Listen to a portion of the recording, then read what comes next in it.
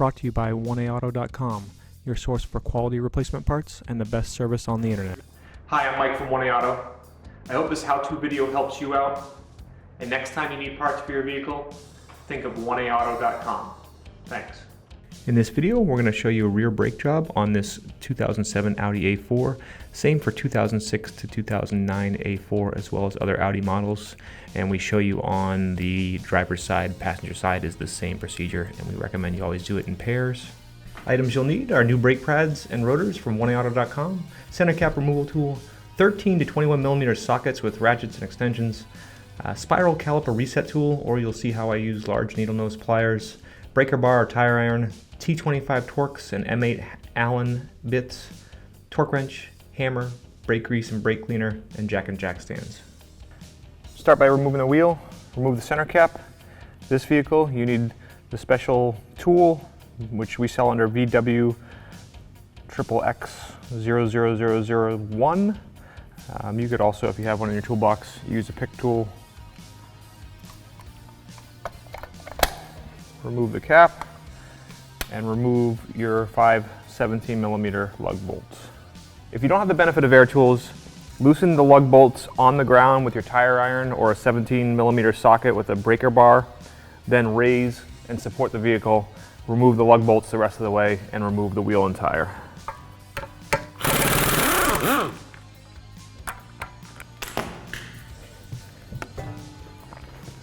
Once you have your wheel off, you can kind of check the condition of your brakes. And all I do is just check your rotors by running a fingernail up and down. You're feeling for any deep grooves or anything. And this has some pretty decent ridges on the edges, as well as a few deep grooves in it. You can look in and see your brake pads, and you can see the other brake pad through here. And the brake pads on this still have some life left, but are a little thin, so we're gonna end up replacing the brakes on this. If you're just looking to change your pads, you can remove this 13mm bolt using either a socket and ratchet or an open-end wrench. And you'll want to loosen up this 13mm bolt down here, and you'll need an open-end wrench for that.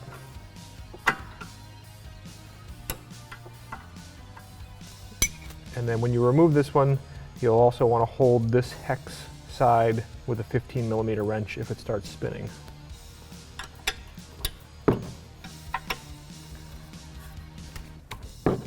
With that bolt on the top removed and this one loosened, your caliper should pivot down. Ours is being a little bit ornery here, so we'll use a pry bar.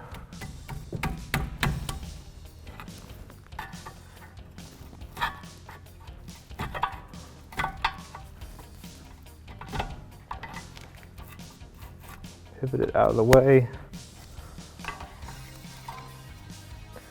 And at this point, you can pull your outer pad out and your inner pad out. To force the caliper or the piston back into the caliper, there's a couple of notches. There's actually a tool you can use that you can put on the end of a 3/8 drive extension and use to turn it. If your calipers are compliant, you can also just take a set of pliers, turn it clockwise, and it will go back down into place.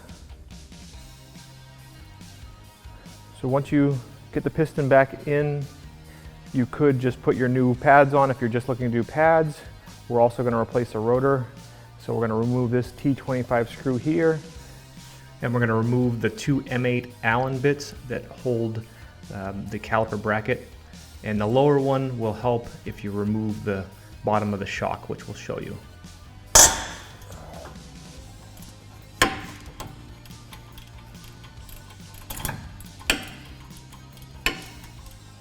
Going.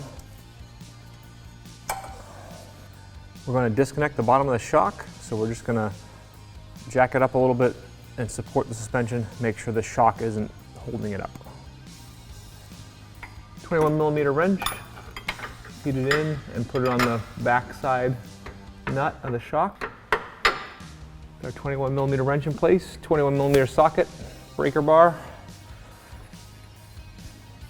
and remove this. And once it comes loose, it gets pretty easy. But we're going to change over to air tools.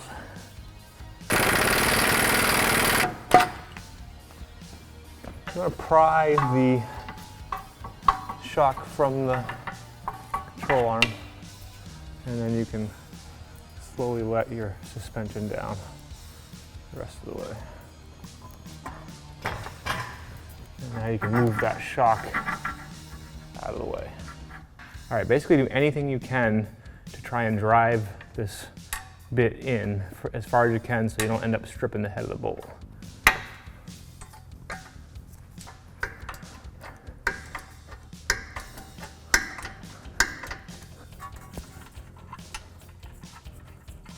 I'm going to remove this bottom bolt the rest of the way so we can separate the caliper.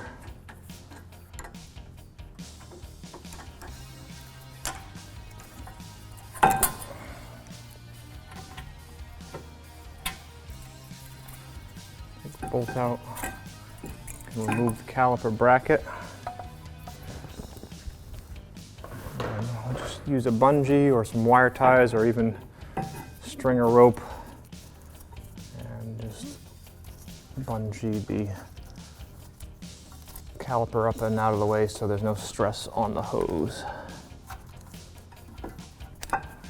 T30 Torx Driver, and remove this bolt that holds the rotor.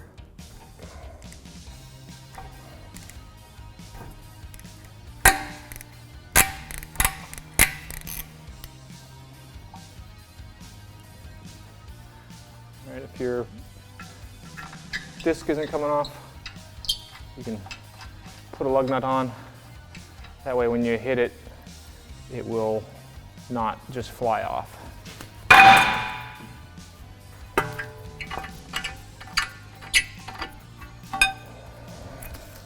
You want to put some anti-seize around the hub, and then the new rotor from 1A Auto goes right up and in. I'm just going to put a lug bolt on just to hold it for right now. Put your T30 Torx screw in place.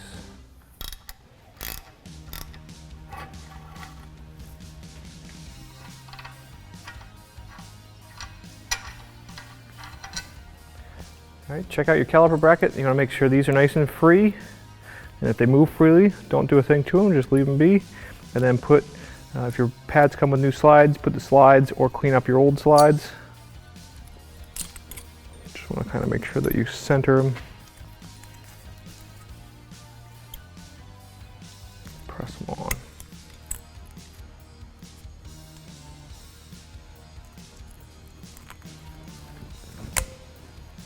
Let's put the caliper bracket back in place. And push your bolts back in. Let this down just to kind of get it out of my way so I can get to this top one. Okay, and then I'll re-support this. Here are the old pads from the vehicle, new ones from 1A Auto. Actually, the old pads are still in okay shape, but the new ones from 1A Auto, if your pads are worn down, they're an excellent replacement. They're going to fit just like the original. Some brake grease. Put a little on the ends of the tabs here where they're going to contact the slides. Same over here.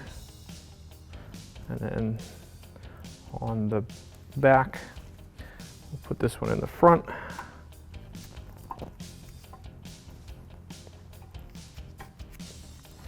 And just repeat the same thing for the other pad.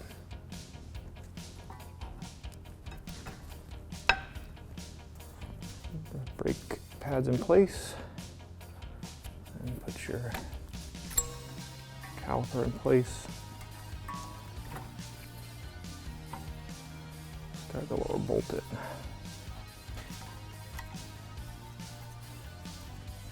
These can be tightened up to 30 Newton meters or 26 foot-pounds. Make sure that the guide bolt's not spinning.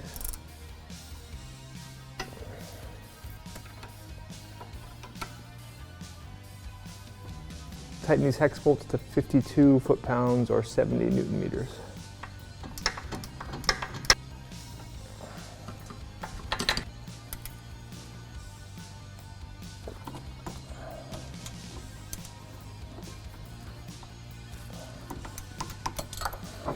So here's our mounting hole. There's the shock. Just need to lift the suspension up so that they line up.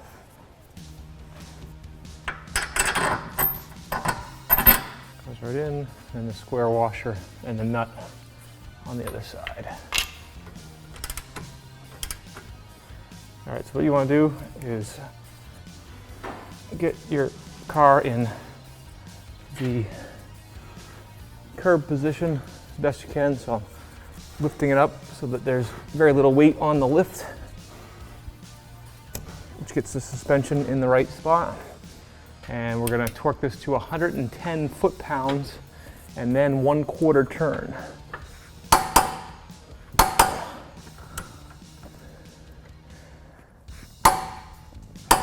And let the suspension down.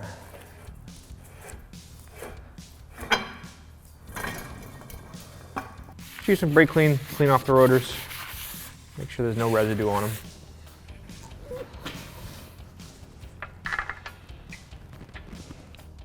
Just tighten them preliminarily.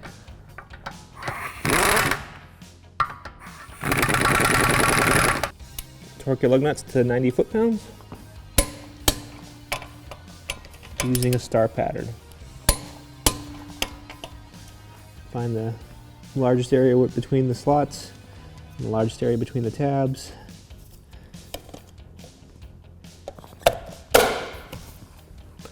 And whenever you do work on brakes, make sure you pump your brakes, get a nice firm pedal, and do test stops from 5 and 10 miles an hour before road testing your vehicle.